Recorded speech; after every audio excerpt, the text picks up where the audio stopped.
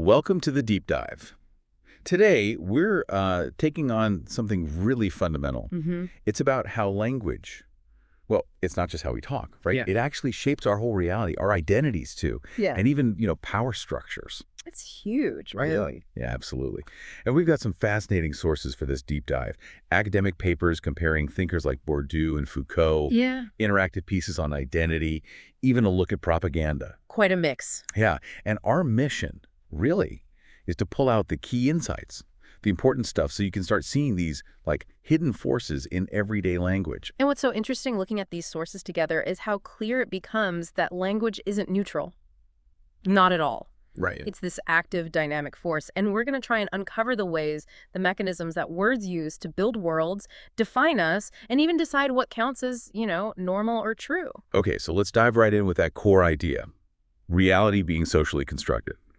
Through language. Yeah. So this isn't just about objective facts out there. It's that our understanding, our reality, is shaped by how we talk about things, how we interpret experiences. That's constructivism, right? Exactly. Constructivism. It means language isn't just putting labels on things that already exist. Making them exist, in a way. Precisely. Think about gender. Talk about masculinity, femininity.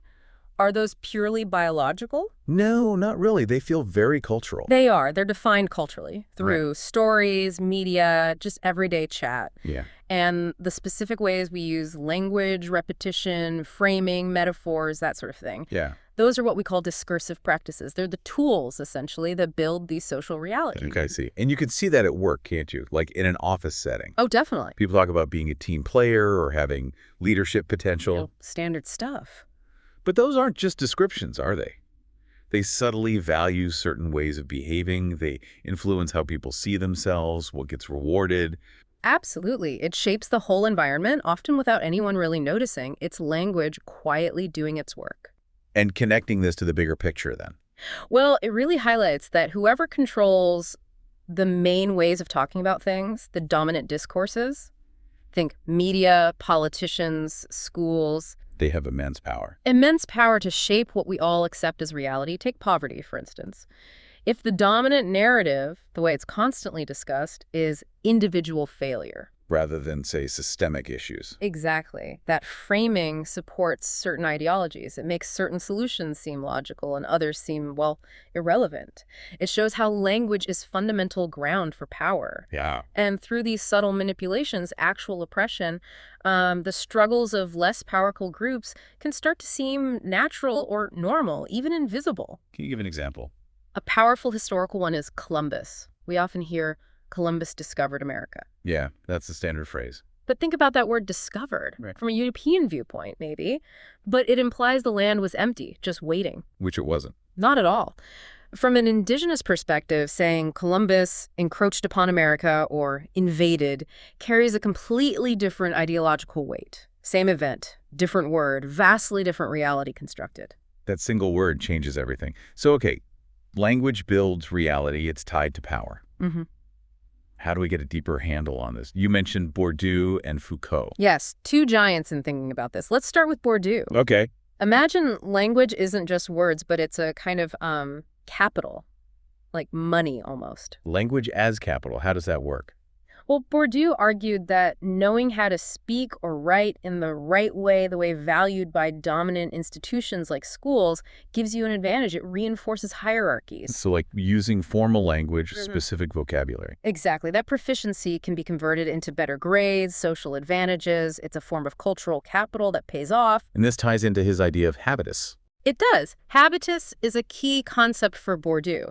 Think of it as your ingrained habits of thought, behavior, even taste. It's shaped by your background, your experiences, family, school, class. So it's like the stuff you absorb without really thinking about it? Precisely. It becomes second nature. It shapes how you act, how you perceive things, and crucially, how you use language. It's your social autopilot. Okay, let's make that concrete. The job interview example you mentioned earlier. Right, perfect example. Imagine applicant A comes from a background where, say, formal speech, confident body language, referencing certain cultural things is just normal, part of their habitus. Okay. They walk in, use the expected jargon, seem very self-assured. Now, applicant B equally qualified on paper. Right. But maybe their habitus is different. Their language is less formal. Maybe they seem less overtly confident, reference different things. Even though they know the job just as well. Exactly. But the interviewer, whose own habitus likely aligns more with applicant A's style, might perceive A as a better fit. It becomes less about skills, more about fitting into a certain social mold. Communication style reflects social background, and that reinforces power dynamics. Wow. It's quite subtle, but powerful. Very. Now, Foucault offers a different but related perspective. Okay. How does he see it? Foucault focuses on discourse. And for him, discourse isn't just language. It's the whole system, the words, the practices, the institutions that shapes how we talk about and therefore understand a topic. So it's broader than just words. Much broader. And crucially, Foucault links discourse directly to knowledge and power. Discourse produces what counts as knowledge in a society. And that knowledge shapes what we can even think or say. Knowledge equals power, in a sense. Or rather, power operates through knowledge, which is produced by discourse. It's a cycle. Can you illustrate that? The madness example? Sure. Yes. Foucault studied how the discourse around madness changed historically. In the Renaissance, it wasn't necessarily seen as purely negative, sometimes linked to insight, Right. But later, in the classical era, the discourse shifted.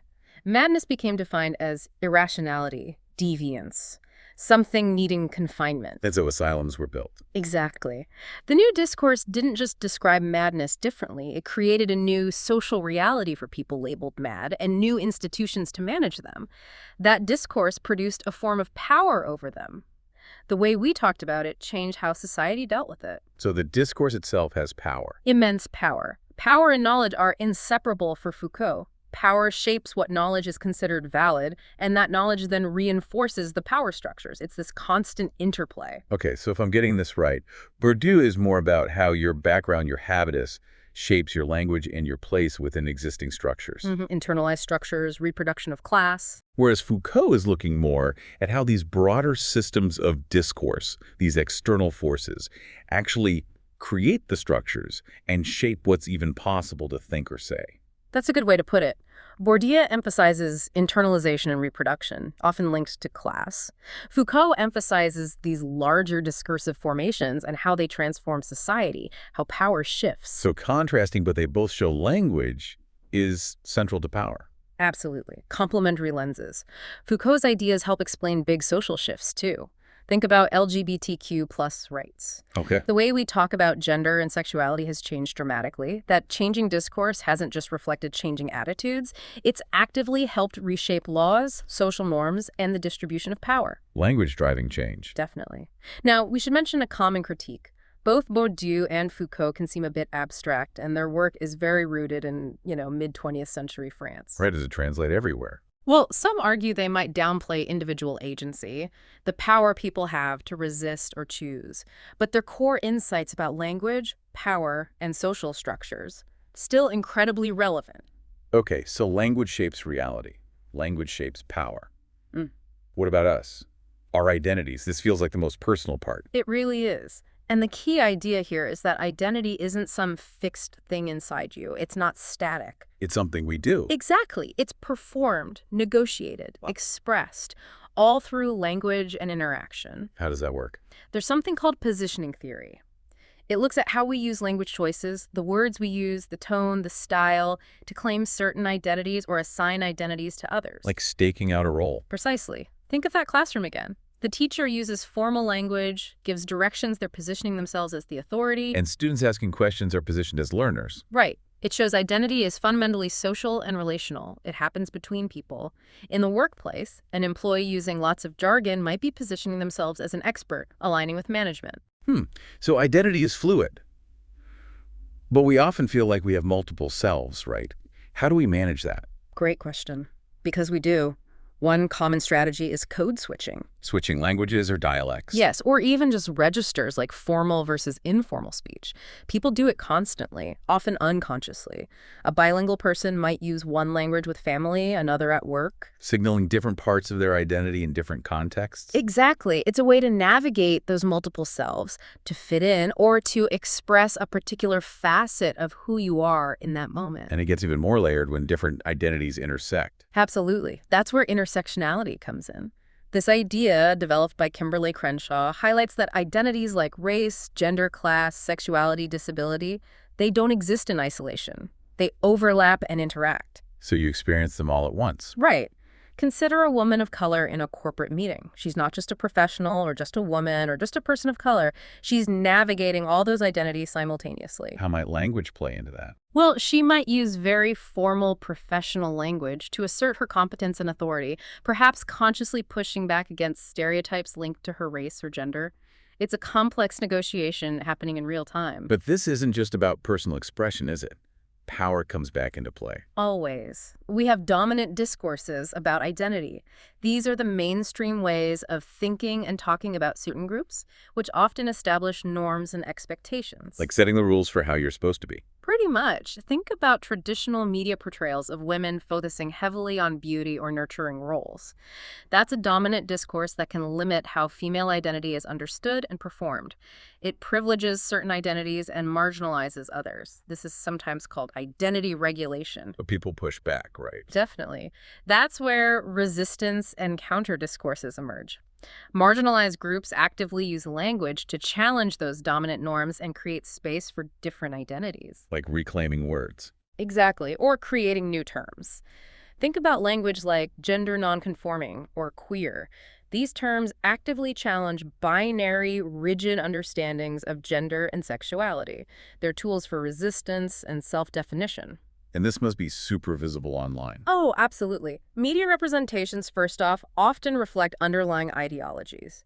If immigrants are constantly framed as illegal or burdens. That shapes public perception massively. It does, and online. Digital platforms offer whole new arenas for identity performance. LinkedIn is for your professional self, Instagram for maybe a more curated personal self. Two different versions of you. Right. And anonymity online can be really interesting, too. It allows people to experiment with identities, maybe express things they wouldn't feel safe or comfortable expressing offline. Okay, so when this shaping of perception becomes really deliberate, really systematic, on a large scale, that's when we get into propaganda, right? That's the territory. Propaganda isn't just accidental influence. It's a systematic effort to push specific doctrines or ideas to sway attitudes and behaviors. Often, manipulation is the goal. Malcolm X had that powerful quote. Yes.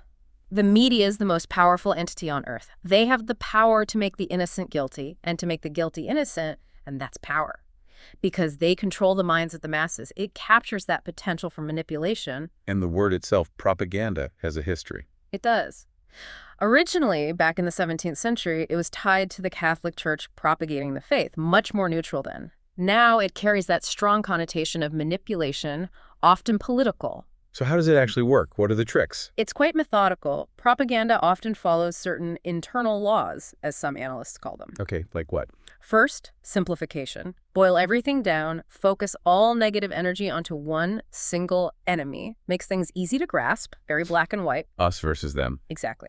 Second, thickening and disfigurement. Basically, exaggerate wildly, twist facts, distort numbers, maybe even make things up. Bend the truth. Or break it. Third, orchestration. This is crucial. Repeat the same simple messages over and over through every possible channel. Hammer it home. Adapt it slightly for different groups, but keep the core message consistent. Until you can't escape it. Right. Fourth, transfusion. This one's clever. Attack your target's existing beliefs, but do it by tapping into their own prejudices and assumptions. Use their biases against them. Wow. And fifth, unanimity and contagion. Create the impression that everyone believes this. Play on people's desire to conform, to be part of the crowd. Make dissent feel isolating. That's a scary toolkit. It is, and the techniques often target emotions over reason.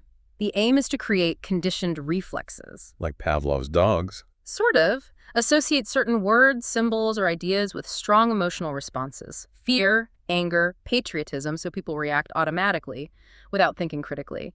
Powerful symbols like a flag or a specific logo, and repetitive actions can be part of this psychological aggression. And there are different types. You mentioned white, black, gray. Yes.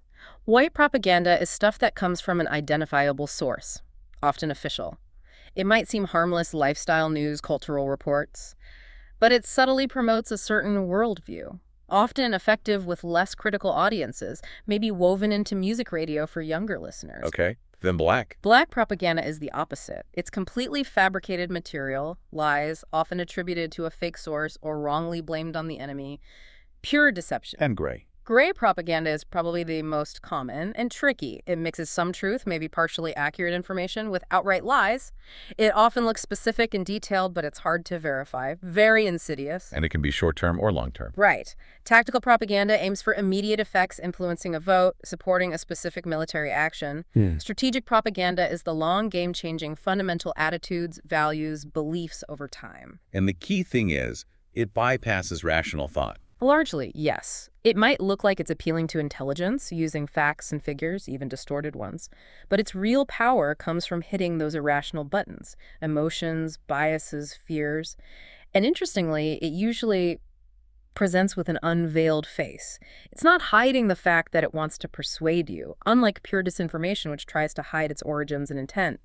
Propaganda is openly trying to manipulate. Okay, this whole discussion, language building reality, its use in power and propaganda, it brings up some really deep questions, like linguistic determinism. Ah, yes, the Sapir-Whorf hypothesis. Which basically says language controls thought. The strong version, anyway. The strong version, yes. It suggests that the language you speak fundamentally limits or determines the way you can think. That thinking outside your language's categories is difficult, maybe impossible. That's a radical idea. It is, and it resonates with older ideas, too. Think about the Tower of Babel story in Genesis. For God confuses the languages. Exactly. To stop humanity from achieving too much, from challenging authority. The implication is that a shared language gives immense power. With one language, the text says, nothing that they propose to do will now be impossible for them. It's an ancient recognition of language's power. And Orwell's 1984 takes this to the extreme with Newspeak. A perfect fictional illustration. Newspeak was designed precisely to make rebellious thoughts, thought crime, literally unthinkable. By eliminating words for freedom, for individuality, the party aimed to control not just speech, but thought itself. Language as the ultimate tool of ideological control. Orwell saw it as the most effective means by which ideology can be indoctrinated, and power can be obtained and maintained. So after exploring all of this, what does it mean for us, for you listening? How can we use this understanding? Well, first, recognizing how power often works through the manufacture of consent. Persuading people to agree to go along voluntarily. Exactly, and language is the key tool in that persuasion. And remembering that propaganda, even if it's twisting truth, is usually open about its persuasive intent, unlike hidden disinformation. Okay. Also, understanding why challenging dominant ideas can sometimes feel like you're, well, not making sense to people inside that ideology. Their linguistic framework might literally make your point hard to grasp. It highlights language's power to maintain belief systems. It really does. But the flip side is empowering. If we analyze how discourse constructs our social realities, we see that things we take for granted as natural or just the way things are actually products of how we talk about. Precisely. And that's huge for social change, because if language builds reality, then changing the language, changing the discourse can help build new realities. So how do we do that? How do we challenge dominant narratives? There are concrete strategies. We can create and share counter-narrative stories that challenge the dominant ones. We can consciously promote inclusive language and actively call out discriminatory language when we see it. Making different ways of speaking visible and valid. Yes, and crucially, amplifying marginalized voices. Ensuring that perspectives often excluded from the dominant discourse are heard. Promoting diversity in who gets to speak and whose stories are told. It reminds me of that bell hooks quote. A powerful one. The power of discourse is not just about reflecting reality, but about shaping it. By challenging dominant discourses, we can create a more just and equitable society. So wrapping this all up, what's the big takeaway? From Bourdieu and Foucault's theories, to how propaganda works, to how our identities get tangled up in words, language is clearly not just a simple tool. Not at all. It's the very fabric of our social world. It's a site of constant struggle for power. It's the canvas for our identities. It really changes how you listen, doesn't it? It should. And that leads to the final thought, really, for you listening. Now that you're more aware of this power, how will it change how you engage with language? How you speak, how you listen. how you consume media, how you interact online. Consider the subtle ways language is shaping your perceptions every day. And maybe think about the opportunities you now see, however small, to challenge or reshape some of those linguistic realities yourself.